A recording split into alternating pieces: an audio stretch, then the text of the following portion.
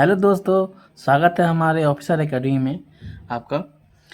जैसा कि हम बिहार के जितने भी एग्ज़ाम हैं वो सभी एग्ज़ाम के लिए हम इस पे क्लास को लेके आते हैं। अब हम सोच रहे हैं कि अभी जो रिसेंटली यानी कि आज से 51 दिन बचा हुआ है बीपीएससी 17th एग्ज़ाम का, तो हम ये सोच रहे हैं आज से कुछ पीटी के लिए रिवीजन सीरीज लेके आते हैं। रिवीजन तो अभी कहेंगे नहीं, अभी तो हम प्रॉपर एकदम चलेंगे सब्जेक्ट वाइज। रिवीजन लास्ट के 10 से 15 दिन में पूरा कंप्लीट करेंगे। लेकिन आप लोग के लिए ये वीडियो बहुत इंपॉर्टेंट रहेगा। हम आज चलेंगे बीपीएससी पीटी एग्ज़ाम 2024 के लेके, जो 17 नवंबर 2024 को आयोजन किए जाने की संभावना है। तो हम जो अभी सबसे ज़्यादा इम्पोर्टेंट है उस सब्जेक्ट को लेके आ रहे हैं, जो है कि बिहार स्पेशल। बिहार स्पेशल को इसीलिए लेके आ रहे हैं क्योंकि ये एग्ज़ाम में बहुत अच्छा वेटेज है।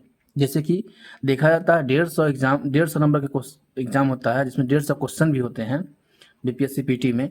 उसमें से कम अगर देखा जाए तो 35 से 40 क्वेश्चन के करीब, या 30 से 40 के बीच कर देते हैं सीधा, इतना क्वेश्चन जरूर बिहार स्पेशल से होता है। तो हम सोच रहे हैं बिहार स्पेशल को इस पे सीरीज लेके आए, एकदम स्पेशल से स्पेशल। आप लोग अगर सहयोग कीजिएगा तो बीपीएससी के लिए लगभग हम बिहार स्पेशल पूरा कंप्लीट करवा देंगे, और ज्योग्राफी करवा देंगे, पॉलिटी करवा देंगे, इकोनॉमिक्स करवा देंगे। साइंस में हम देखेंगे लास्ट में कुछ टॉपिक को, जो कुछ चैप्टर को जो ज़रूरत है, इम्पोर्टेंट है उसको। बाकी एक इतना करवा देंगे कि 100 नंबर तो आ जाना चाहिए। बाकी अगर आप लोग को सपोर्ट रहेगा तब। चलिए हम देखते हैं बिहार स्पेशल में क्या क्या सिलेबस हो सकता है। तो बिहार स्पेशल में क्या क्या सिलेबस हो सकता है, तो हम लिखते हैं। सबसे पहले हम लिखते हैं अच्छा सा exam, BPSC 17th PT exam के लिए। इसके लिए लेके आ रहे हैं, तो इसमें हम ये पढ़ेंगे कि बिहार स्पेशल एक बुक है, बिहार स्पेशल।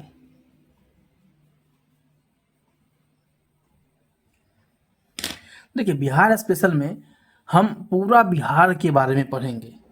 ये सभी के लिए बहुत इंपॉर्टेंट है, बीपीएससी वाले के तो है ही हैं।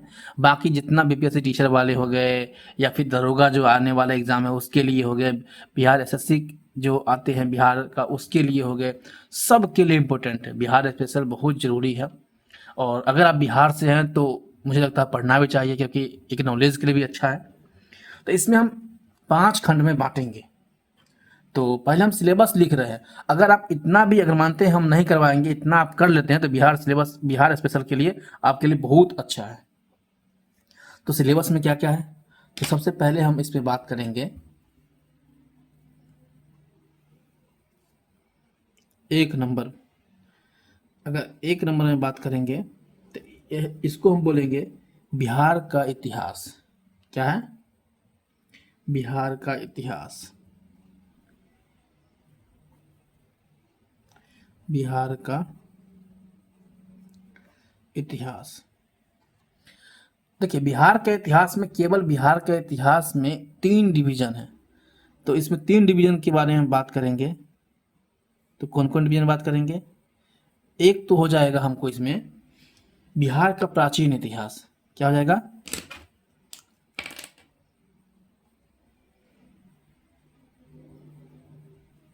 बिहार का प्राचीन इतिहास। देखिए, प्राचीन इतिहास, मध्यकालीन इतिहास और आधुनिक इतिहास तीनों पढ़ना है।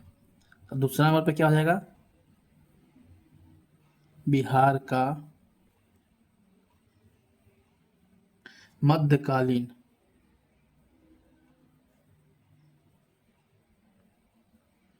इतिहास। तीसरा नंबर पे पढ़ेंगे बिहार का आधुनिक इतिहास।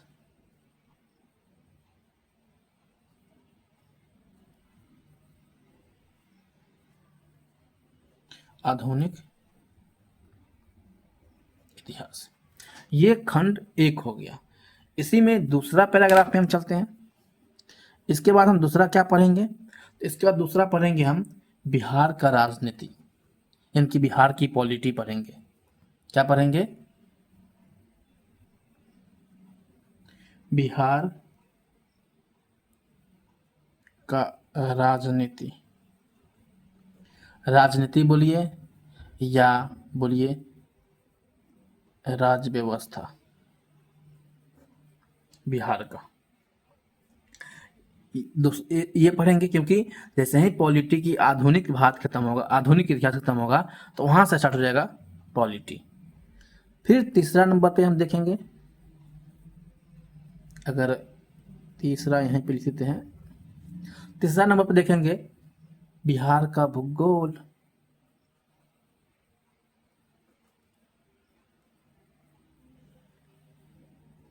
बिहार का भूगोल।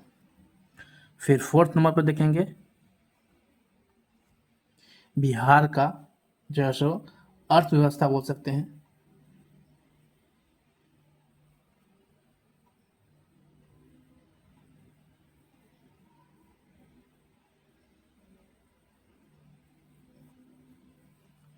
बिहार का अर्थव्यवस्था देखेंगे। और एक लास्ट में हम देखेंगे जो 5 नंबर पे बच जाएगा, विविध मिसलेनियस देखेंगे। ये हम देखेंगे क्योंकि अगर आप बिहार का कोई भी एग्जाम की तैयारी करना चाह रहे हैं, यह वीडियो आपके लिए बहुत ज़रूरी है। तो प्लीज़ अगर वीडियो पसंद आएगा तो लाइक कर दीजिएगा, सब्सक्राइब कर दीजिएगा, शेयर कर दीजिएगा। चलिए हम देखते हैं सबसे पहले इतिहास का सिलेबस में। तो क्या देखेंगे? पहला देखेंगे बिहार का इतिहास। इसमें देखेंगे हम प्राचीन इतिहास।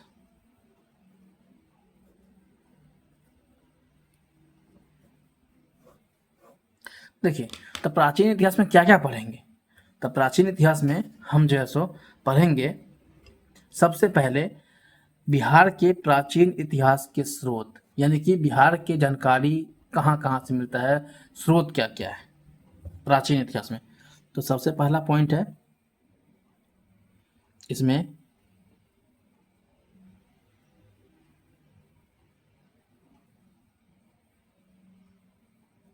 बिहार में प्राचीन इतिहास के स्रोत। इसमें अगर हम देखेंगे तो स्रोत में क्या क्या हो सकता है, एक होगा पुरातात्विक स्रोत होगा और एक होगा साहित्यिक स्रोत। पुरातात्विक मतलब जो कंकाल हो गया, पत्थर हो गया, ये सब जो औजार हो गया, ये सब क्या हो गया? पुरातात्विक स्रोत हो गया। तो कब क्या कैसा कैसा मिलता है वो देखेंगे। और या किसी का स्टैचू हो गया, मूर्ति हो गया, ये सब किस में आ जाएगा? पुरातात्विक में आ जाएगा। लेकिन साहित्यिक स्रोत हो गया जो कि लिखा हुआ चीज होगा, उसके बारे में देखेंगे। तो इसमें भी दो डिवाइड है। क्या है? पहला है पुरातात्विक पुरातात्विक स्रोत और दूसरा है, यहीं पर लिख देंगे, दूसरा है साहित्यिक स्रोत।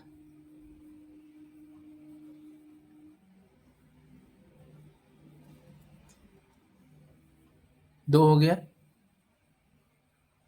अब चलते हैं इसमें नेक्स्ट में क्या देखेंगे हम। दूसरा चैप्टर क्या हो जाएगा?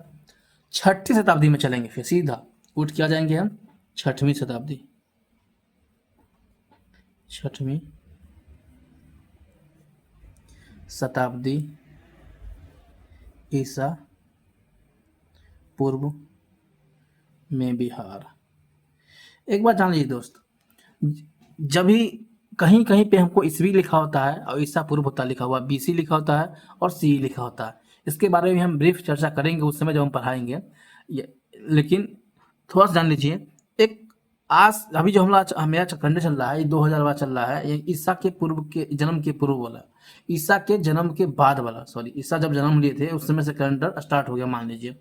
इसीलिए ईसा के जन्म के बाद, ईसा के जन्म के पूर्व, अगर कोई सन होता है तो ईसा पूर्व लिखते हैं, उसको बीसी लिखते हैं। ईसा मसीह के जन्म के बाद लिखते हैं, उसको बोलते हैं ईसवी। चलिए, तो इसमें भी हम क्या क्या देखेंगे छठी शताब्दी में। तो देखिए, बहुत ही इंपॉर्टेंट है ये टॉपिक, तो ये चैप्टर बहुत इतना इंपॉर्टेंट है कुछ कहने के लिए। और किसी से क्वेश्चन आए चाहे नहीं आए, एक आध क्वेश्चन यहाँ से तो होगा ही बीपीएससी में। तो इसमें हम टॉपिक देखेंगे महाजनपद। 16 महाजनपद है, तो उसमें हम देखेंगे कि बिहार में कितने महाजनपद है, क्योंकि हम बिहार स्पेशल देख रहे हैं, तो जितने कुछ बिहार में होता है उसी के बारे में हम चर्चा करेंगे। तो बिहार में जनपद 3 था। 3 जनपद कौन कौन है? अंग है, अंग के बारे में पढ़ेंगे। एक है वाजी और एक है मगध।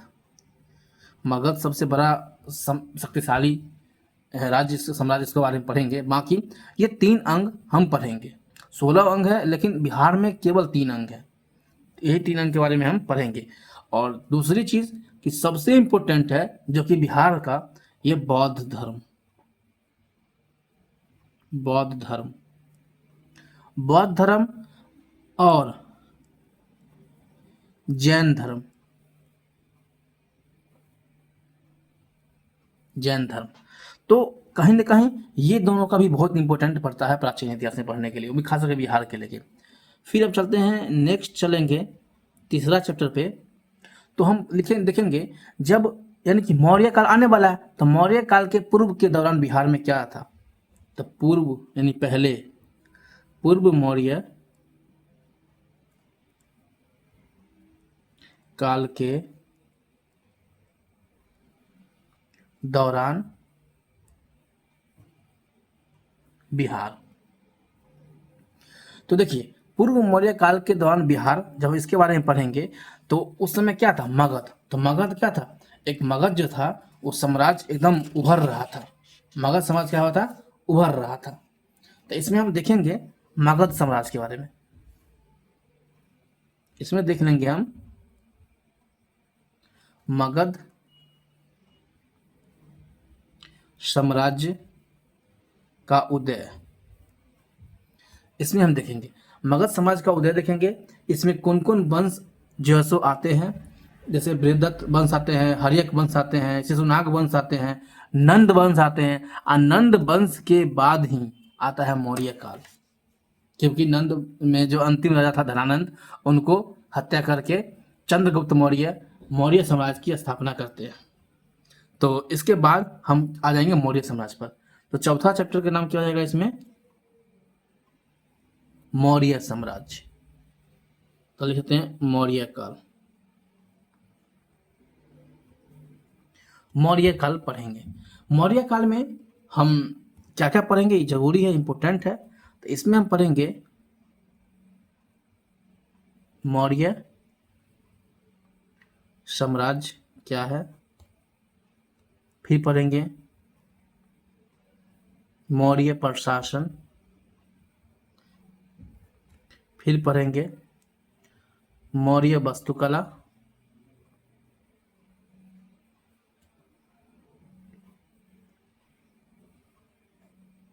वास्तुकला कला समझे। फिर हम पढ़ेंगे मौर्य साम्राज्य, सॉरी मौर्य समाज, क्या पढ़ेंगे, मौर्य समाज। और फिर लास्ट में पढ़ेंगे मौर्य समाज का पतन, मौर्य साम्राज्य का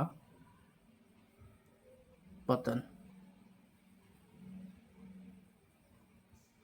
पतन इतना पढ़ने के बाद आप लोग को शायद दिखने लगा था, तो कहते हैं मौर्य समाज का पतन, चौथा चैप्टर हो गया। 2 चैप्टर और इसमें देखना है। 5 नंबर पे देखेंगे, चैप्टर का नाम है बिहार में मौर्य मौर्योत्तर काल, यानी कि मौर्योत्तर काल किसे बोलते हैं, मौर्य साम्राज्य के बाद के काल। तो क्या आ जाएगा, बिहार में मौर्योत्तर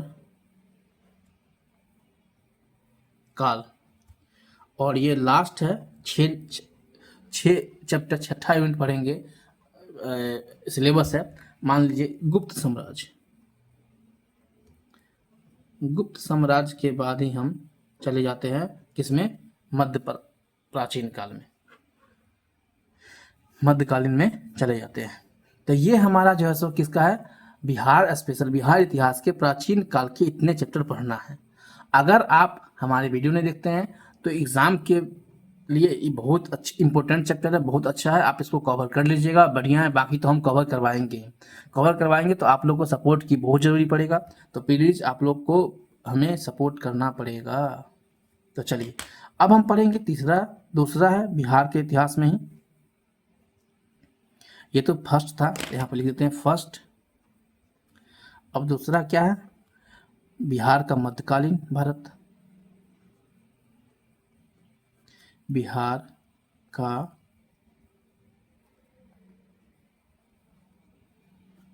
मध्यकालीन इतिहास, सॉरी हम बाहर मध्यकालीन भारत बोलते हैं क्योंकि हम यूपीएससी के ज़्यादा वर्क किए हैं, तैयारी की हैं अच्छा खासा, तो पढ़े हैं, लेकिन बाकी कोई नहीं, हम इसका भी करवा रहे हैं। तो क्या है, बिहार का मध्यकालीन इतिहास। इसमें हम क्या क्या देखेंगे, इसमें चैप्टर है, देखिए बस जैसे जैसे चैप्टर इसको हम फॉलो कर रहे हैं वैसे ही फॉलो इसको भी करना है, सेम टॉपिक पे चलना है। बस आप लोग को यही है कि थोड़ा सा धैर्य रखना है, क्योंकि ये कमीशन की तैयारी है, डीएसपी और क्या बोलते हैं आपको, एसडीएम बनना है। इस बार वैकेंसी बहुत ज़्यादा है, लगभग 1950 करीब है। इतना वैकेंसी जब तक हम तैयारी किए हैं अभी तक नहीं आया है, तो आप लोग का ये गोल्डन चांस है। तो आप लोग को सपोर्ट कीजिएगा तो, और मेहनत कीजिएगा, दोनों एक साथ लगे तो रंग लाएगा, आप लोग को रिजल्ट भी अच्छा बनेगा। चलिए इसमें चैप्टर 1 देखेंगे, हम पहला चैप्टर देखेंगे, इसका नाम है बिहार में मध्यकालीन इतिहास का स्रोत। यहाँ पे है प्राचीन कालीन के इतिहास के स्रोत, यहाँ मध्यकालीन देख लेंगे। तो चैप्टर क्या रहेगा, यहाँ बिहार में मध्यकालीन इतिहास के स्रोत, ये देख लेंगे। बस यहाँ भी वही है, 2 स्रोत रहेगा, क्या क्या रहेगा, फर्स्ट में पुरातात्विक स्रोत, दूसरा रहेगा साहित्यिक स्रोत।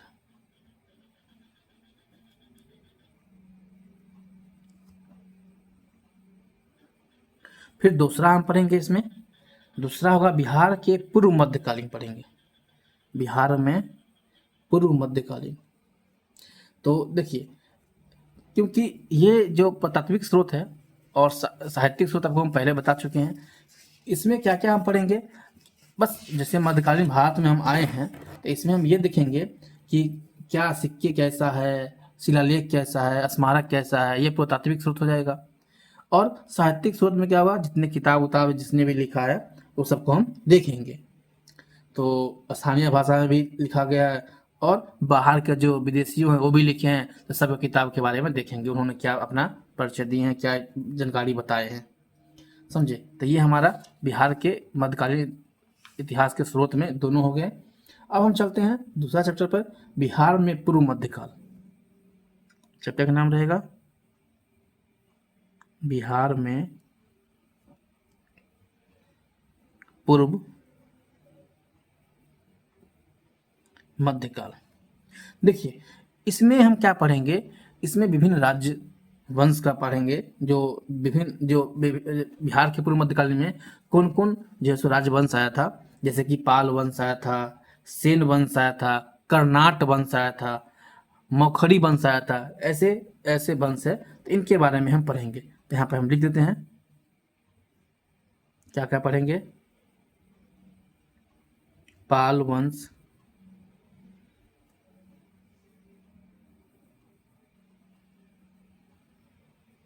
सेन वंश, कर्नाट वंश, और चौथा पढ़ेंगे मौखरी वंश।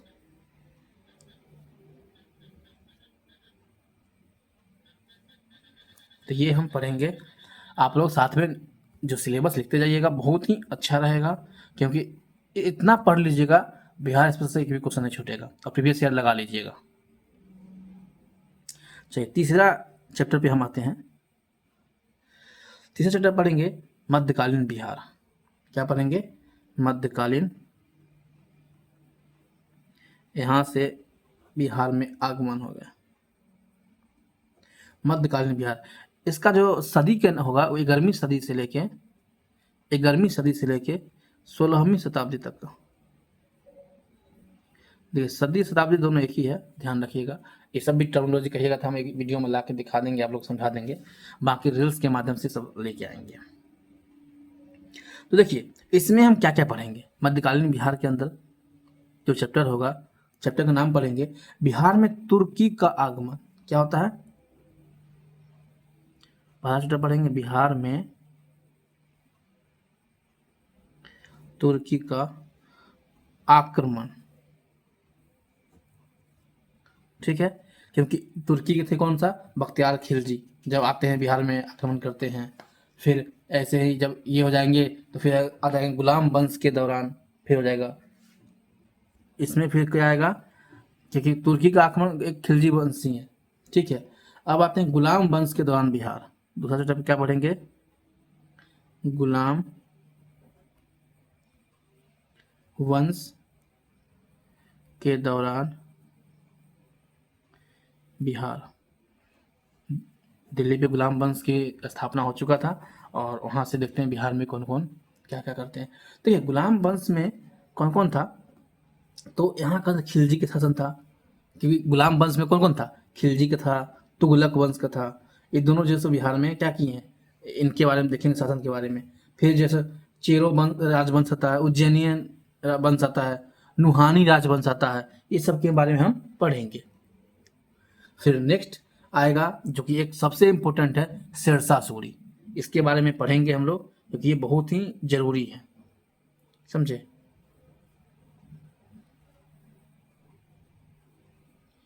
तो इसमें भी सबसे ज़्यादा जरूरी है। तो एक इसमें क्या पढ़ लेंगे गुलाम वंश के बाद? इसमें देखिएगा एक टॉपिक रहेगा शेरशाह सूरी। तो आप लोग थोड़ा सा देख लीजिएगा। शेरशाह सूरी, शेरशाह सूरी का मकबरा कहाँ है?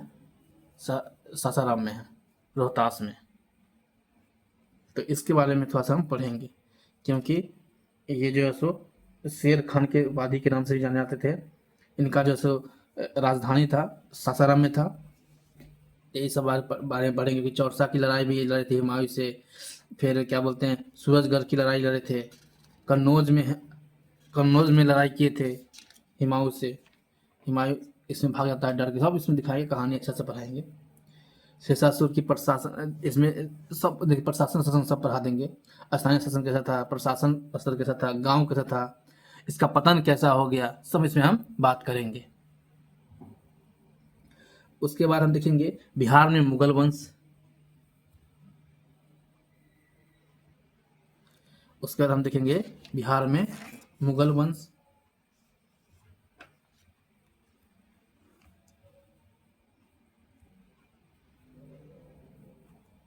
बिहार में मुगल वंश। मुगल वंश में हम देखेंगे अकबर क्या, जहांगीर का, शाहजहां, औरंगजेब, उत्तर मुगल, ये सब देखेंगे बिहार में। फिर देखेंगे बिहार और बंगाल के नवाब के बारे में।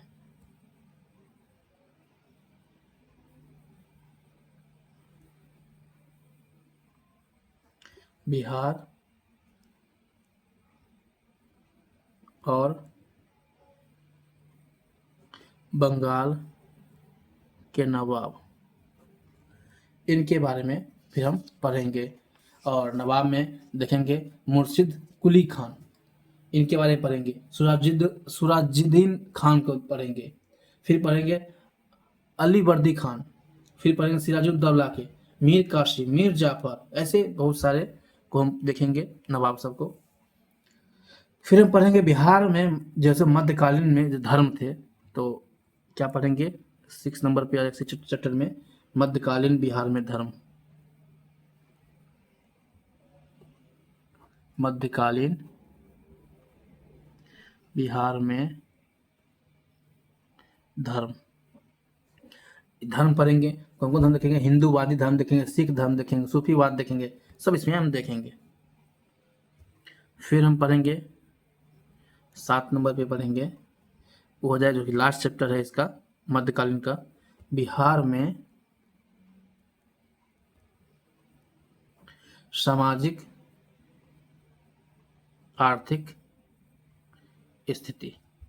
धर्म में हम लिख देते हैं क्या क्या पढ़े, देखेंगे हम। हिंदूवाद, सिख धर्म, एक आएगा लास्ट में सूफीवाद भी देख लेंगे, ऐसे हम देखेंगे। तो ये चैप्टर हमारा किसका रहेगा? मध्यकालीन भारत का रहेगा, मध्यकालीन बिहार का रहेगा। ठीक है, बिहार का मध्यकालीन इतिहास। इतना टॉपिक पढ़ लीजिएगा, बहुत ही अच्छा हो जाएगा, कवर टॉपिक अच्छे से हो जाएगा।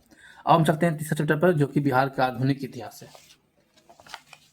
प्लीज़ आप लोग, थोड़ा सा वीडियो लंबा होगा, क्योंकि ये चैप्टर पे जब वीडियो आएगी तो वीडियो हमेशा लंबा ही रहेगा, क्योंकि ये बीपीएससी का एग्ज़ाम है और इसमें थोड़ा लंबा टाइम लगेगा और लंबा लंबा वीडियो भी आएगा। आप लोग को बस ध्यान रखना होगा, वीडियो पूरा देखना होगा, तभी हमको इंटरेस्ट लगेगा बनाने में। अब हम देखते हैं तीसरा है, वो क्या है? जैसो बिहार का आधुनिक इतिहास।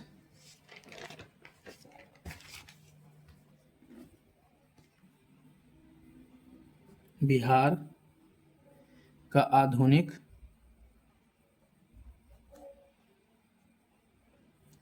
इतिहास। यह है बिहार का आधुनिक इतिहास। इसमें क्या क्या पढ़ेंगे? देखिए, इसमें सबसे पहला चैप्टर का नाम रहेगा बिहार में यूरोपियन का आगमन। क्या रहेगा? बिहार में यूरोपियों का आगमन। बिहार में किसका? यूरोपियों का आगमन। पुर्तगाली आया था, डच आया था, फ्रेंच आया था, डेनिश आया था, ब्रिटिश आया था, बहुत सारे आए थे। तो ये हम पढ़ेंगे। उसके बाद देखेंगे दूसरा चैप्टर का नाम रहेगा इसमें बिहार में द्वैध शासन। इसी में हम पढ़ेंगे बिहार में द्वैध शासन।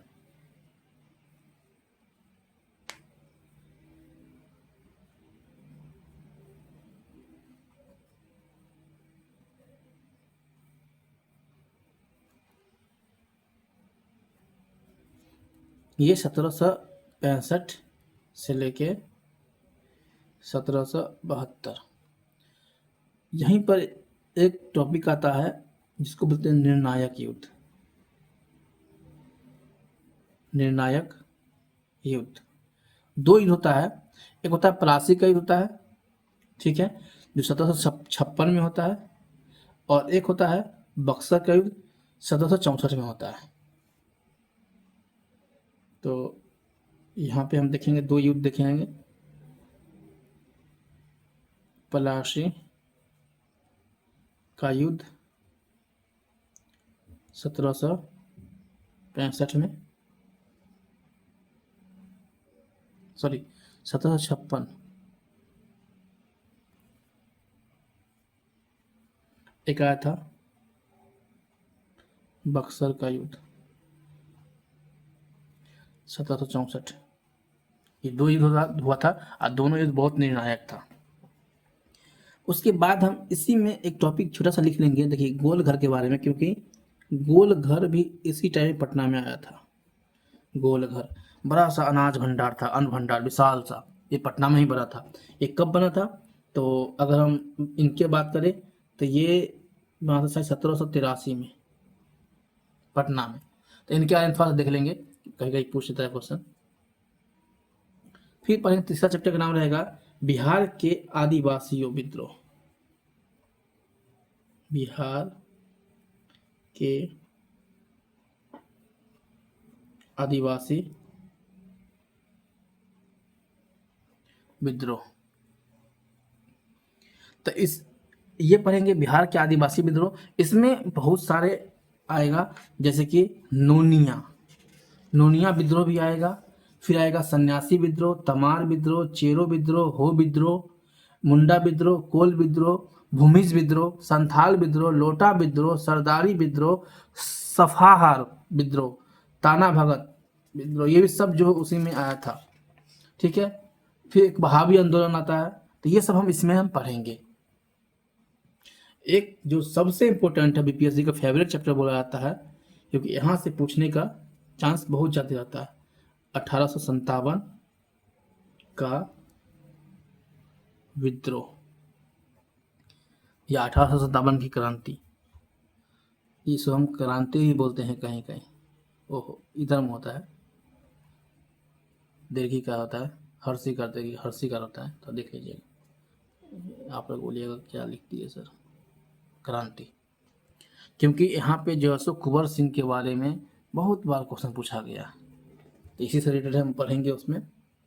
तो 1857 का विद्रोह में हम ये देखेंगे कि शुरुआत कैसे हुआ था, क्योंकि शुरुआत तो सबको पता है, कारतूस वाला जो 6वीं रेजिमेंट मेजर थे उनके जो सो चर्बी वाले बंदूक आ गया था, उसका हटाने उगाने वाले, तो उसके लिए हम पढ़ेंगे उसमें। तो वहाँ से हम चलेंगे, मंगल पांडे ने इस विद्रोह को स्टार्ट किया था। बाकी कैसे कैसे गया, उत्तर बिहार में गया, विस्तार बढ़ते चला गया, कुंवर सिंह की इसमें भूमिका क्या था, क्योंकि कुंवर सिंह के बारे में बहुत बार क्वेश्चन पूछा गया है। फिर इसका परिणाम क्या है वो भी हम देख लेंगे। फिर आएंगे इसके बस्ट आगे आएंगे 5th चैप्टर पे। चैप्टर का नाम रहेगा भारतीय स्वतंत्रता संग्राम में बिहार की भूमिका। यहाँ से मेंस का भी क्वेश्चन आता है। भारतीय स्वतंत्रता संग्राम में बिहार की भूमिका, बिहार की भूमिका देखेंगे। बिहार में जो कांग्रेस थे उनकी क्या भूमिका थे, बिहार में प्रारंभिक राष्ट्रवाद, फिर देखेंगे बंगाल विभाजन के खिलाफ विद्रोह जो हुआ था, क्योंकि वो सब हुआ था। बिहार में होम रूल आंदोलन हुआ था, चंपारण सत्याग्रह जो सबसे ज़्यादा इम्पोर्टेंट है, गांधी जी के बारे में स्टार्ट होता है यहीं से। फिर आएंगे, नेक्स्ट में आएंगे, चैप्टर का नाम रहेगा 6th चैप्टर रहेगा किसान और राष्ट्रीय आंदोलन, किसान और राष्ट्रीय आंदोलन, इसके बारे में पढ़ेंगे। तो इसमें भी जो है सो खिलाफत आंदोलन हो जाएगा, क्योंकि वो भी था। फिर रोलेट आंदोलन हो जाएगा, असहयोग आंदोलन हो जाएगा, स्वराज आंदोलन हो जाएगा, साइमन कमीशन पढ़ेंगे हम इसी में। फिर पढ़ेंगे समन्वय अवज्ञा आंदोलन पढ़ेंगे, व्यक्तिगत सत्याग्रह पढ़ेंगे, बिहार में किसान सभा पढ़ेंगे। राष्ट्रीय जो है सो आंदोलन से बहुत बहुत बार पूछा गया क्वेश्चन, तो ये इंपॉर्टेंट है। फिर पढ़ेंगे श्रमिक आंदोलन पढ़ेंगे इसमें। फिर क्रांतिकारी गतिविधियां आएंगे बहुत सारे। फिर बिहार में सोशलिस्ट पार्टी का जो उसको पढ़ेंगे। फिर भारत छोड़ो आंदोलन पढ़ेंगे, जब देश आजाद होता है 1942 में, तो भारत छोड़ो आंदोलन महात्मा गांधी द्वारा चालू किया था, वो पढ़ेंगे। फिर बिहार में चुनाव और आज़ादी की प्राप्ति पढ़ेंगे। उसके बाद ये चैप्टर खत्म हो जाएगा। फिर यहाँ के बाद हम पढ़ेंगे 7वां चैप्टर, और ये कहेंगे तो लास्ट चैप्टर था। इसमें क्या पढ़ेंगे, जब देश आज़ाद हुआ था हमारा, उस समय बिहार में पश्चिमी शिक्षा का विकास, इसमें पढ़ेंगे। तो इतना चैप्टर हमारा किसका है, आधुनिक इतिहास का, बिहार का। तो ज़्यादा वेटेज इसी का आता है, आधुनिक इतिहास का। तो हम इतने चैप्टर पढ़ने के बाद क्या पढ़ेंगे, हम ये आधुनिक इतिहास खत्म कर देंगे। उसके बाद हम आ जाएंगे सीधा किस पे आ जाएंगे, जब हम बताए थे आपको दूसरा चैप्टर पढ़ेंगे। दूसरा जो रहेगा वो बिहार का राजनीति रहेगा, यानी कि बिहार का हम बोल सकते हैं क्या रहेगा, क्या कर सकते हैं, पॉलिटी, राज व्यवस्था हो जाएगा। तो चैप्टर यहाँ से हम आते हैं चेंज करके।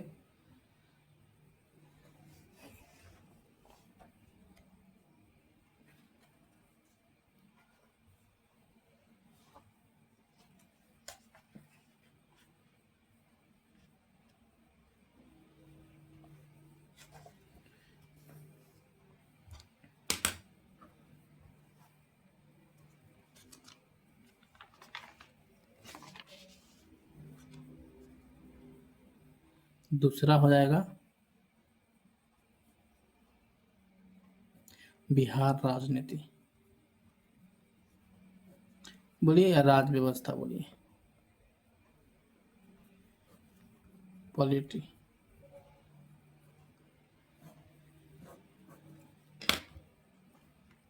देखिए इसमें हम पढ़ेंगे, पहला चैप्टर का नाम है बिहार का कार्यपालिका।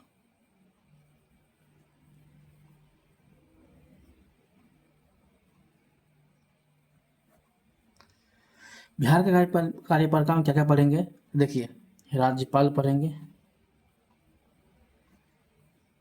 मंत्री परिषद पढ़ेंगे, और मंत्री परिषद में भी आ जाएगा मुख्यमंत्री भी आ जाएगा, समझे। फिर ये भी देख लेंगे यहीं पे हम कि बिहार में कितना बार राष्ट्रपति शासन लगा। बिहार में राष्ट्रपति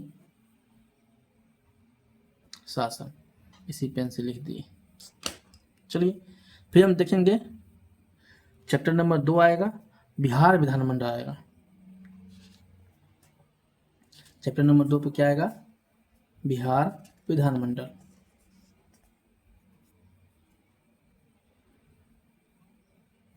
बिहार विधानमंडल। इसमें क्या क्या पढ़ेंगे? इसमें ये पढ़ेंगे, राज्य विधानमंडल देखेंगे, राज्य विधानमंडल देखेंगे। फिर क्या देखेंगे? राज्य विधानमंडल में इसी में इसको क्या बोलते हैं? विधानसभा बोलते हैं। क्या बोलते हैं? बिहार विधानसभा, तो बोल सकते हैं विधानसभा,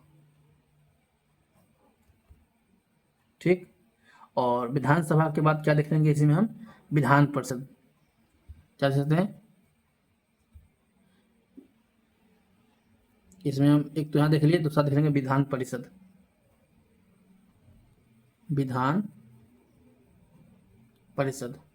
और इसी में हम आगे देख लेंगे, एक चैप्टर और आ जाएगा इसी में, पटना सचिवालय।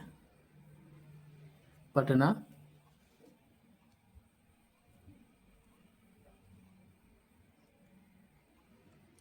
पटना सचिवालय। इतना टॉपिक हम देखेंगे किसमें? जैसो बिहार मंडल में। फिर हम नेक्स्ट देखेंगे जो कि एक और है, तीसरा यूनिट, इसको पढ़ेंगे बिहार। बिहार में संवैधानिक और गैर संवैधानिक निकाय। जैसे कि इसमें क्या पढ़ेंगे? बिहार लोक सेवा आयोग, जिसकी तैयारी हम कर रहे हैं। फिर पढ़ेंगे बिहार मानवाधिकार आयोग। फिर पढ़ेंगे बिहार राज्य महिला आयोग। फिर पढ़ेंगे बिहार सूचना आयोग। फिर पढ़ेंगे बिहार राज्य निर्वाचन आयोग। फिर पढ़ेंगे, एक बार जान लीजिए, बिहार राज्य निर्वाचन आयोग जो है सो बिहार विधानमंडल का इलेक्शन नहीं करवाता, वो स्थानीय सरकार का इलेक्शन करवाता है। फिर पढ़ेंगे हम बिहार राज्य अल्पसंख्यक आयोग। फिर पढ़ेंगे बिहार राज्य अनुसूचित जनजाति और अनुसूचित जनजाति विभाग। इतना इसमें हम पढ़ेंगे। फिर आगे आएंगे चैप्टर 4 पे, हम पढ़ेंगे बिहार का न्यायपालिका। क्या पढ़ेंगे? बिहार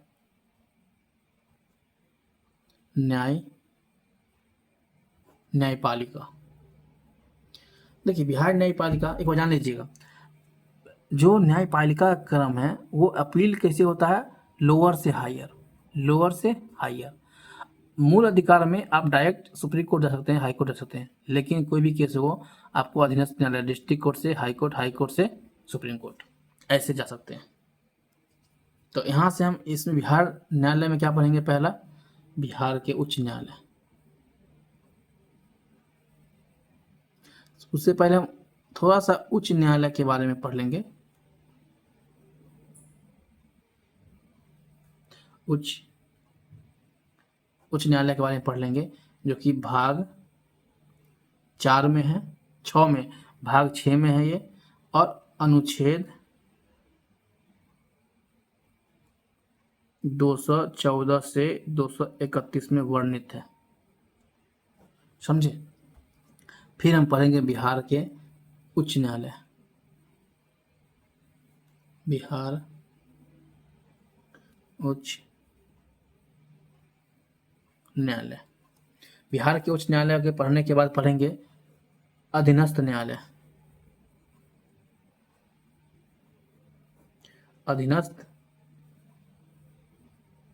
न्यायालय, अधीनस्थ न्यायालय जिसको हम बोलते हैं डिस्ट्रिक्ट कोर्ट, इसको हम पढ़ेंगे। और बिहार में उच्च न्यायालय कहाँ है? पटना में। फिर हम पढ़ेंगे, नेक्स्ट चलेंगे इसी में जो है सो क्या आ जाएगा, बिहार में ग्राम कचहरी या ग्राम न्यायालय। फिर पढ़ेंगे इसी के आगे लोक अदालत। लोक अदालत। फिर पढ़ेंगे लोक अदालत के बाद लोकायुक्त। लोकायुक्त के बाद पढ़ेंगे महाअधिवक्ता। ये राज्य सरकार के वकील होता है, महाअधिवक्ता। तो हम इतना पढ़ने के बाद जो सो कह सकते हैं ये पॉलिटी के चैप्टर, और एक चैप्टर लास्ट है जो कि बहुत इंपॉर्टेंट है यूपीएससी के अकॉर्डिंग, बीपीएससी दोनों में, बिहार में पंचायती राज। बिहार में पंचायती राज व्यवस्था। ये हमारा इतना ही पढ़ना है बिहार स्पेशल के, बिहार के पॉलिटी।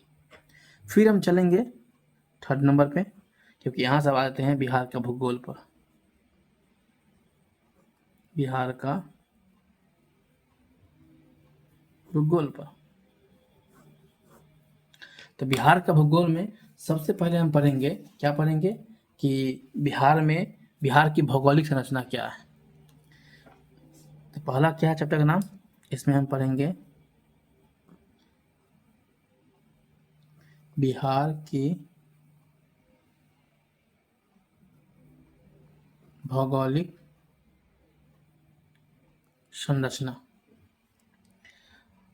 इसमें ही हम पढ़ लेंगे क्या क्या चैप्टर है। इसमें हम पढ़ लेंगे बिहार में अक्षांश देशांतर। क्या पढ़ लेंगे? अक्षांश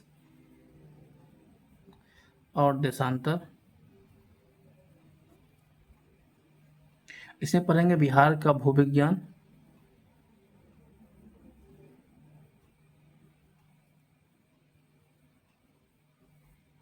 फिर पढ़ेंगे बिहार का भौगोलिक भूभाग।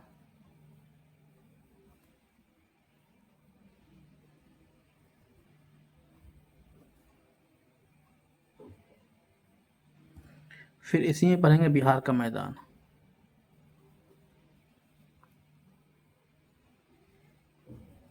इतना हम जैसे बिहार की भौगोलिक संरचना में पढ़ेंगे। इसके बाद हम चलेंगे नेक्स्ट चैप्टर पे, बिहार की जलवायु और मिट्टी पर। क्या है? बिहार की जलवायु तथा मिट्टी दोनों पढ़ेंगे। फिर तीसरा में पढ़ेंगे बिहार में अपवाह तंत्र। बिहार में अपवाह तंत्र। हाँ, इसमें बहुत ज़्यादा चैप्टर पढ़ना है। जैसे कि हम इसमें पढ़ेंगे हम बिहार की प्रमुख नदियाँ।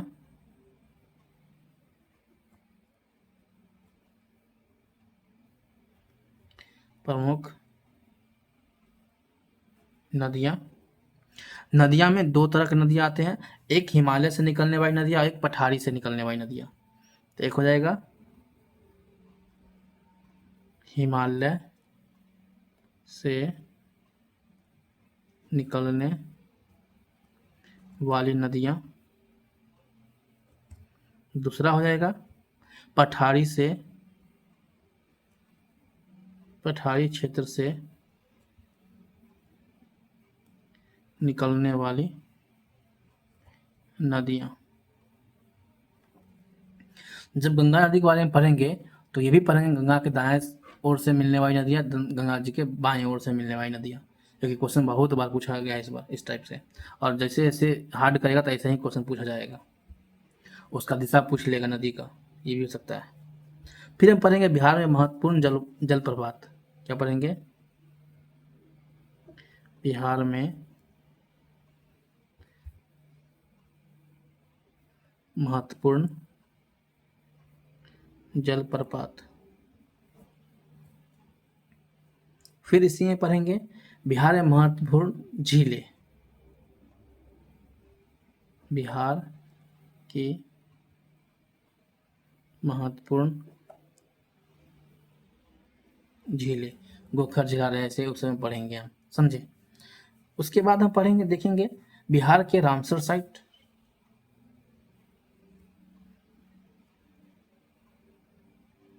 बिहार के रामसर स्थल। और उसके बाद एक और इसी में पढ़ लेंगे चैप्टर है महत्वपूर्ण झरने। बिहार के महत्वपूर्ण झरने, वाटरफॉल। तो इतना जो है सो अभी 3 चैप्टर हुआ है, अभी और है इसमें, हम देखते हैं और आगे, क्योंकि पर्यावरण वन पढ़ना है इसमें। तो नेक्स्ट चलते हैं, इसमें क्या पढ़ेंगे हम? पर्यावरण और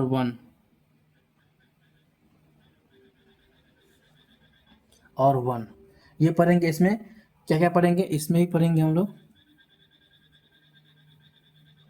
बिहार में जैव विविधता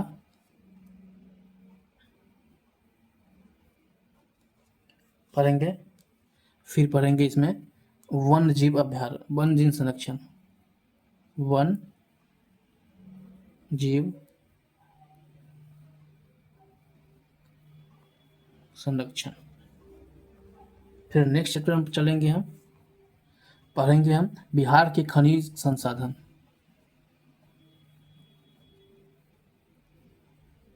बिहार के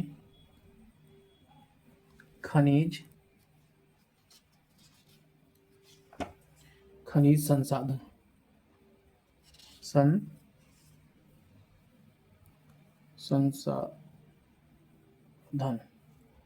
तो देखिए बिहार में खनिज संसाधन क्या क्या हो सकता है, थोड़ा सा इस पर हम देखते हैं।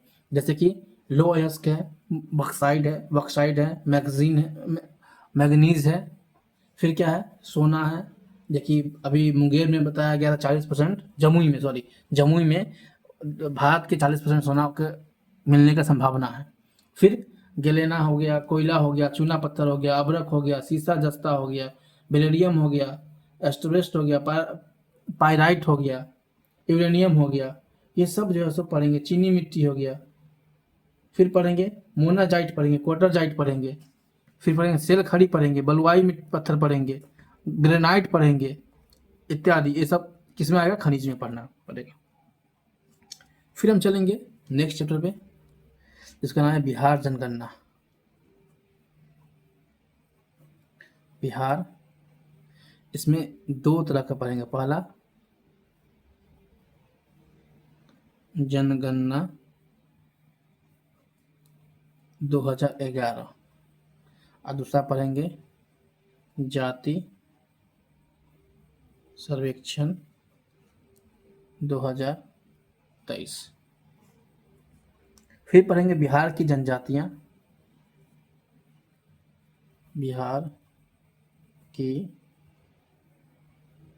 जनजातियां। फिर पढ़ेंगे बिहार के जीआई टैग। बिहार के जीआई टैग। फिर पढ़ेंगे बिहार में प्रमंडल तथा जिला प्रोफाइल। वैसे ये चैप्टर होना चाहिए उसका क्या नाम है, पॉलिटी का, लेकिन फिर भी बिहार में प्रमंडल तथा जिला। तो हम ये पढ़ेंगे। इतना हो गया। ये किसका हो गया? बिहार भूगोल का हो गया। और लास्ट है जो कि कहिएगा, जो सबसे बड़ा अगर हम मानते हैं, तो इसको हम पढ़ेंगे जो बिहार के अर्थव्यवस्था। ये हो सकता है 1 घंटा प्लस के वीडियो हो जाए, लेकिन प्लीज़ आप लोग से रिक्वेस्ट है कि वीडियो पूरा देखिएगा, जो कि 5वां है। 5वां ही ना होगा जी, 4था होगा, 4था होगा। क्या हो जाएगा? बिहार अर्थव्यवस्था।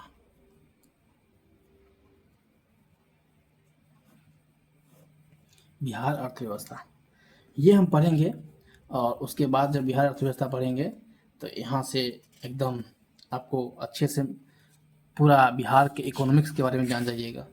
ये बहुत ज़रूरी है, क्योंकि हमारा कितना इनकम होता है, कितना इनकम नहीं होता है, ये सब जो है सो किसमें है? इकोनॉमिक्स में, बिहार के। तो चलिए चलते हैं सीधा, हम ज़्यादा टाइम नहीं घुमाएंगे, सीधा आते हैं उस पर ही।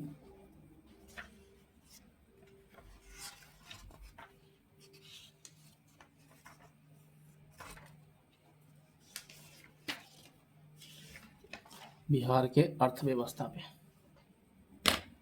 सबसे पहले हम देखेंगे बिहार के एक सिंपल सी पहला चैप्टर, बिहार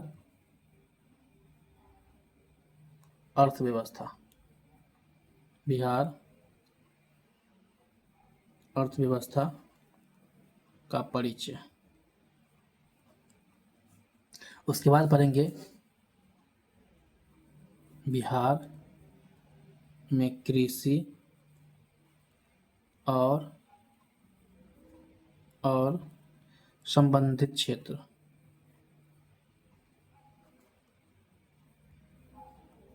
संबंधित क्षेत्र इसमें परसेंट मोटा मोटा देख लेंगे कि प्राथमिक क्षेत्र से कितना हिस्सेदारी है, द्वितीय क्षेत्र कितना हिस्सेदारी है, तृतीय क्षेत्र की कितना हिस्सेदारी है। वैसे बिहार सर्वे में आपको हम ये सब बताए हैं, समझे। फिर इसमें हम देख लेंगे वित्तीय वित्त राज्य वित्त आयोग जो 15वां वित्त आयोग से जो मिला है उसको देख लेंगे। केंद्र में करों और राज्यों की हिस्सेदारी देख लेंगे, इसमें इतना हम देख लेंगे। चलिए, तो इसमें हम क्या क्या देखेंगे, चैप्टर वाइज लिख लेते हैं। कृषि रोड मैप। कृषि रोड मैप। कृषि रोड मैप में क्या क्या देखेंगे? कृषि रोड मैप 1 आया था, 2 आया है, 3 आया है, 4 आया है, ऐसे करके 4 आया है। तो हम चारों कृषि रोड मैप के बारे में हम देखेंगे। फिर पढ़ेंगे बिहार में भूमि उपयोग। बिहार में भूमि उपयोग। भूमि उपयोग में ये देखेंगे कितना परसेंट भूमि किस किस में लगा हुआ है, ठीक है। कौन सा लैंड यूज करने के लिए है, कौन सा नहीं है, कौन ऐसे छोड़ दिया गया है, ये सब हम इसमें हम बात करेंगे। कितना हेक्टेयर क्षेत्र है, सब इसमें हम बात करेंगे, समझे। फिर पढ़ेंगे बिहार में फसलें। बिहार में फसलें चैप्टर का नाम है। बिहार में कौन कौन फसल होता है, खरीफ, रबी, ग्रीष्म का, ये सब तीनों इसमें तीनों को पढ़ने के बाद हम देखेंगे किस जिला में कितना उत्पादन होता है, उत्पादकता होता है, सब पढ़ेंगे। फिर आगे कृषि जलवायु क्षेत्र, इसके नेक्स्ट।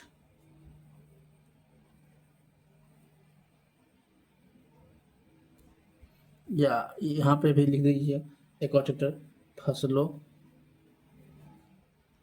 का उत्पादन और उत्पादकता। फिर पढ़ेंगे हम एक, इसमें आ जाएगा जिलेवार रुझान देख लेंगे, तो वो तो हम तो उस समय देख लेंगे। फिर हम पढ़ेंगे किस जिले में शीर्ष पर है। शीर्ष टॉप 5 जिला, 3 जिला के बारे में देखेंगे, क्योंकि बार बार पूछा जाता है कभी कभी। फिर पढ़ेंगे कृषि जलवायु क्षेत्र।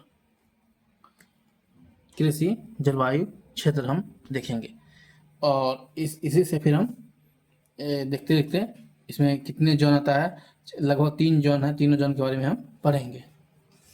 उसके बाद आ जाते हैं चैप्टर नंबर 3 पे आ जाएंगे हम। उसके बाद देखेंगे बिहार में उद्योग। बिहार में उद्योग। तो बस इसमें बिहार में उद्योग देख लेंगे हम, बस यही है कितना कौन कौन उद्योग है। जैसे हम इसमें बरौनी उद्योग क्षेत्र देख लेंगे, फिर हम सोन घाटी उद्योग क्षेत्र देख लेंगे, गाया गारू जो है सो गया गारारू औद्योगिक क्षेत्र देख लेंगे, दक्षिणी पूर्वी बिहार मैदान में औद्योगिक क्षेत्र देखेंगे, बस यही है। बाकी नेक्स्ट चैप्टर पे फिर हम आएंगे हम क्या क्या, बिहार में बुनियादी ढांचा। बिहार में बुनियादी ढांचा, इसमें हम देखेंगे क्या क्या।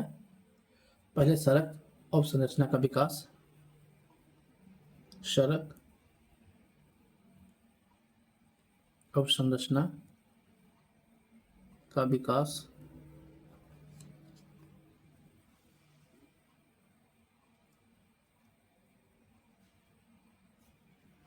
उसके बाद हम देखेंगे सड़क अवसंरचना हो गया, फिर हम देखेंगे राष्ट्रीय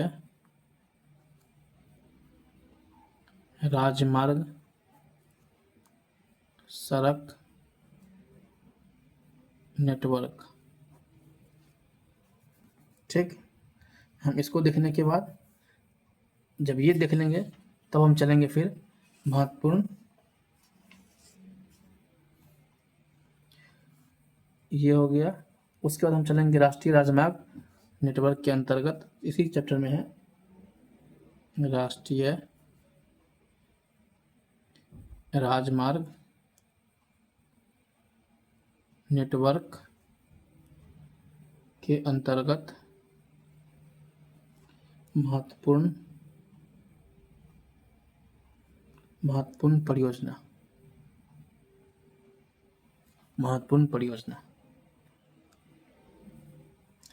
इतना देखने के बाद हम चलेंगे फिर नेक्स्ट बिहार में रेलवे, बिहार में रेलवे, फिर चलेंगे बिहार में एयरवेज, बिहार में एयरवेज, फिर पढ़ेंगे बिहार में जलमार्ग, बिहार में जलमार्ग, फिर आ जाएंगे सभी खंडों में नवीनतम विकास, जैसे कि ऊर्जा क्षेत्र आ जाएंगे। तो क्या आ जाएंगे इसमें, फिर आ जाएंगे ऊर्जा क्षेत्र। ऊर्जा क्षेत्र में हम कह सकते हैं तो दो क्षेत्र देखेंगे, एक देखेंगे नवीकरणीय ऊर्जा की स्थिति,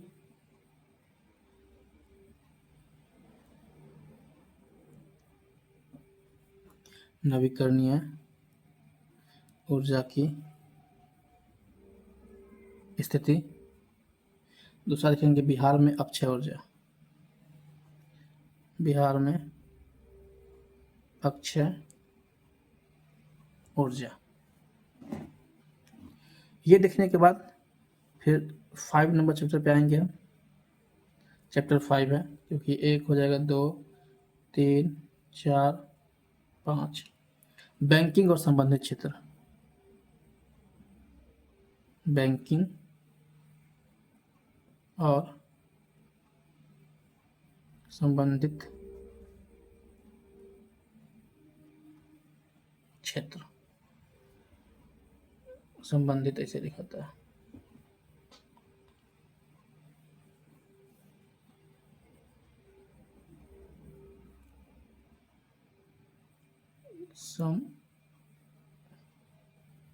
संबंधित क्षेत्र। इसमें क्या क्या देखेंगे, वित्तीय समावेशन, फिर देखेंगे credit deposit ratio, credit deposit ratio CDR, ये हो गया। फिर चलेंगे नेक्स्ट छठे चैप्टर पे बिहार में ग्रामीण विकास। बिहार में ग्रामीण विकास। इसमें दो तरह के विकास देखेंगे, जीविका के क्षेत्र में, फिर देखेंगे मनरेगा के क्षेत्र में। फिर देखेंगे 7 नंबर पे चैप्टर में बिहार में नगरीय विकास। इसमें देखेंगे शहरीकरण,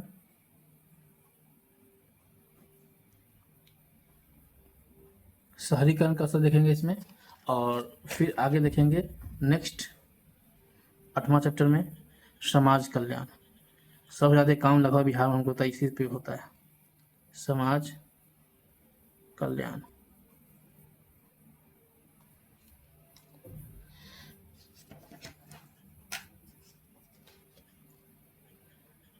समाज कल्याण में बड़ी न होता है।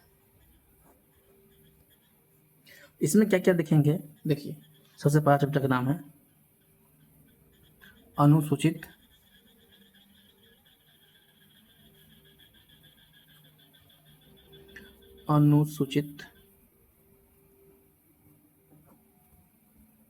जाति और अनुसूचित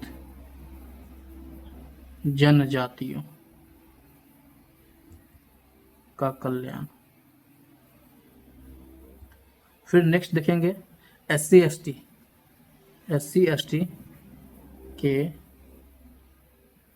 सामाजिक आर्थिक विकास के लिए सरकारी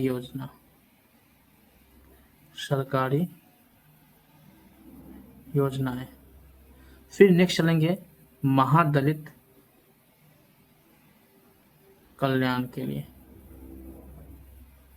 फिर नेक्स्ट पिछड़े और अत्यंत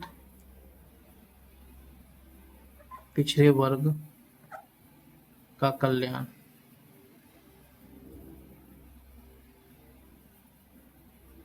फिर नेक्स्ट है BC और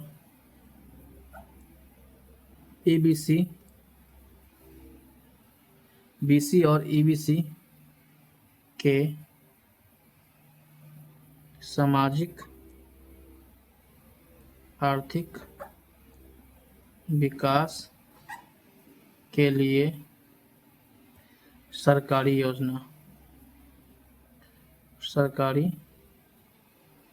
योजनाएं।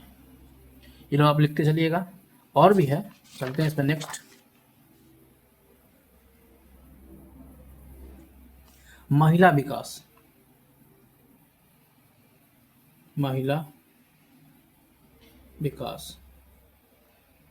फिर है महिलाओं का सशक्तिकरण। महिलाओं के सशक्तिकरण के लिए क्या काम किया गया है, तो कहते हैं बिहार सरकार का पहल। महिला सशक्तिकरण का पर बिहार सरकार का पहल। फिर हम देखेंगे वृद्ध विधवा और विकलांगों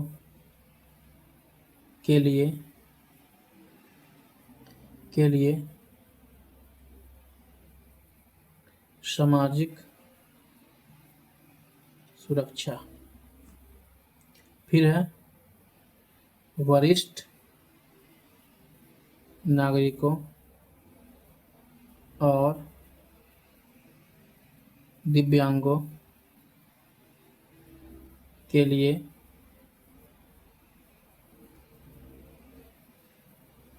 सामाजिक सुरक्षा योजनाएं। अब चलेंगे 9 चैप्टर पे चलेंगे। ये क्या है? बाल विकास। बाल विकास, इसके लिए क्या है? इसके लिए जनसांख्यिकी, जनसांख्यिकी है, लेआउट, फिर बाल लिंग अनुपात देखेंगे, बाल लिंग अनुपात, फिर देखेंगे बिहार की किशोरी आबादी, बिहार की किशोर आबादी, फिर देखेंगे बच्चों के लिए प्रावधान, बच्चों के लिए प्रावधान, फिर आएंगे उत्तरजीविता, स्वास्थ्य और पोषण लेआउट, फिर पढ़ेंगे स्टंटिंग देखेंगे, वेस्टिंग देखेंगे, फिर कम वजन देखेंगे। बच्चों में एनीमिया कहाँ से? 6 महीना से लेके 59 महीने के बच्चे में, इनको देखेंगे। फिर बच्चों के लिए योजनाएं,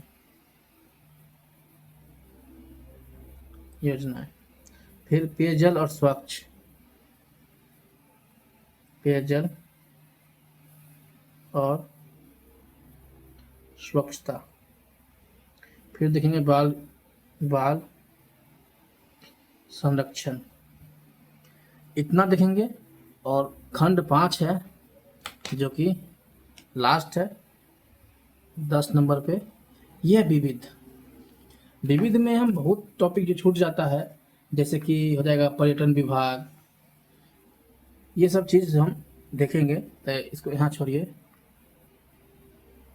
बाल संरक्षण हो गया। यहाँ पे जैसे 5वां खंड पे देखेंगे हम विविध में भी हम देखेंगे। अगर सबसे अच्छा बिहार में पर्यटन देख लेंगे हम, बिहार में पर्यटन, ये भी जरूरी है।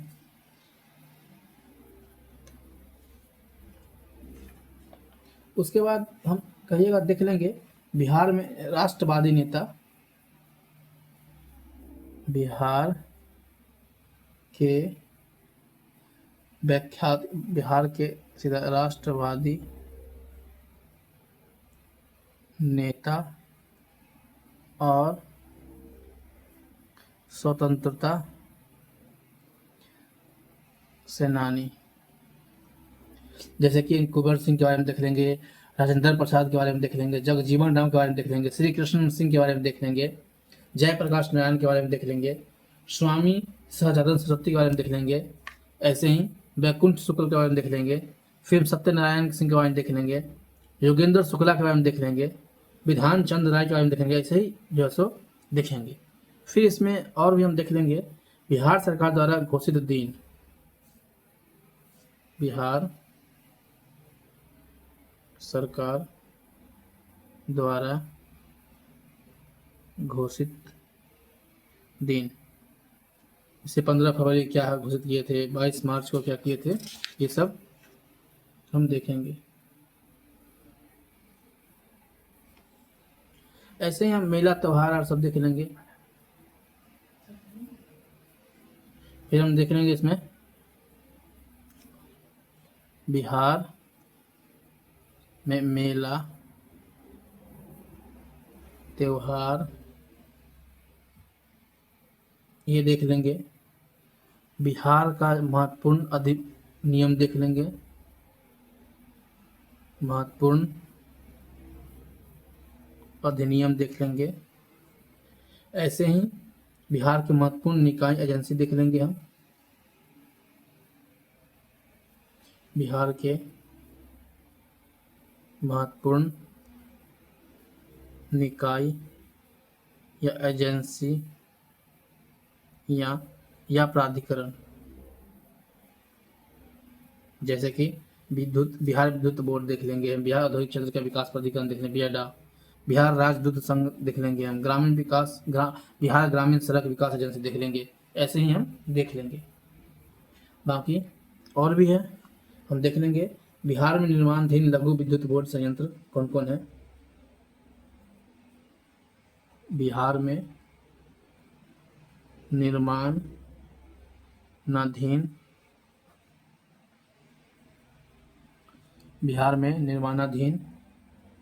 लघु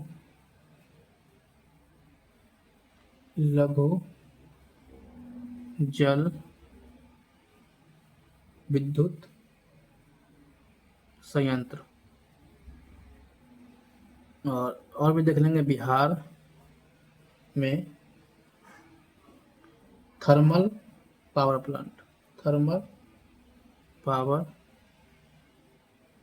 प्लांट, ये देख लेंगे।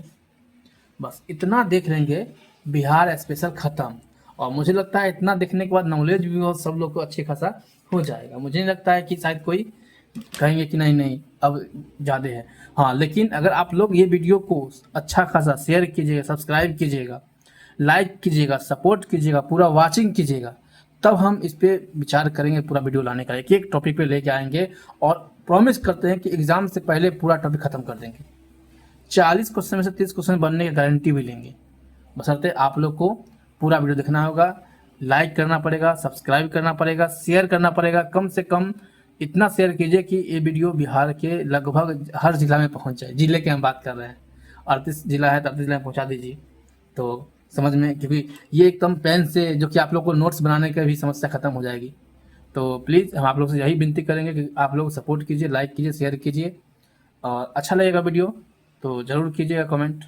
बस यहीं पे हम रखते हैं। ये पूरा संपूर्ण बिहार स्पेशल का सिलेबस है, आप लोग ध्यान रखिएगा। इतना अच्छा है कि अगर इतना पढ़ लीजिएगा तो मुझे लगता नहीं बिहार स्पेशल से कुछ बचेगा। और बिहार स्पेशल से बिहार के नॉलेज भी हो जाएंगे आपको। कोई भी एग्ज़ाम बिहार से आ गया आप निकाल दीजिएगा। केवल निकाल देने के बाद बिहार स्पेशल से पूछेगा तो आपसे बन जाएगा। तो चलिए हम अपने वीडियो की समाप्ति करते हैं। और अगर आप लोग इसको देखेंगे तभी हम 1.5 घंटा 2 घंटा के वीडियो बनाएंगे, क्योंकि अभी एग्जाम पास में है, 51 दिन बचा हुआ है। अगर इसको हम 25 दिन में सोच रहे हैं ख़त्म कर दे, 25 दिन में या तो 20 दिन में टारगेट लेंगे चलेंगे, क्योंकि 20 लेक्चर में ख़त्म कर दे, ताकि आप लोग को रिविजन करने में बहुत अच्छा हो, आसानी होगा। चलिए फिर मिलते हैं नेक्स्ट क्लास में। ये वीडियो डिपेंड करता है कि मुझे नेक्स्ट वीडियो बनाना चाहिए या नहीं बनाना चाहिए, वो आप पे डिपेंड करता है। और हमसे जुड़ने के लिए हमारा टेलीग्राम आईडी है, कांटेक्ट करने के लिए टेलीग्राम आईडी है, इंस्टाग्राम आईडी है, सभी इसमें दिया हुआ है। आप उस पर जाके ज्वाइन कर लीजिएगा। कुछ भी बोलिएगा, पीडीएफ बात करना है किसी चीज़ से लेके यूपीएससी रिगार्डिंग या फिर एपीएससी रिगार्डिंग, तो आपको जो है सो हम पूरा अच्छा सपोर्ट करेंगे। मेरा यूपीएससी के एक चैनल है स्टडी आईएएस हिंदी माध्यम, उसको सब्सक्राइब कर लीजिएगा। उस पर प्योर यूपीएससी की पाठ्यक्रम के अनुसार से हम पॉलिटी स्टार्ट किए हुए हैं। उस पर लेक्चर 11 आज अपलोड किए हुए हैं। पॉलिटी की क्रम धीरे धीरे चल रहा है, ऐसे ही क्रम में आप लोग को बहुत अच्छा लगेगा। एक बार उस पर आकर देखिए। चलिए मिलते हैं फिर नेक्स्ट में। जय हिंद, बाय।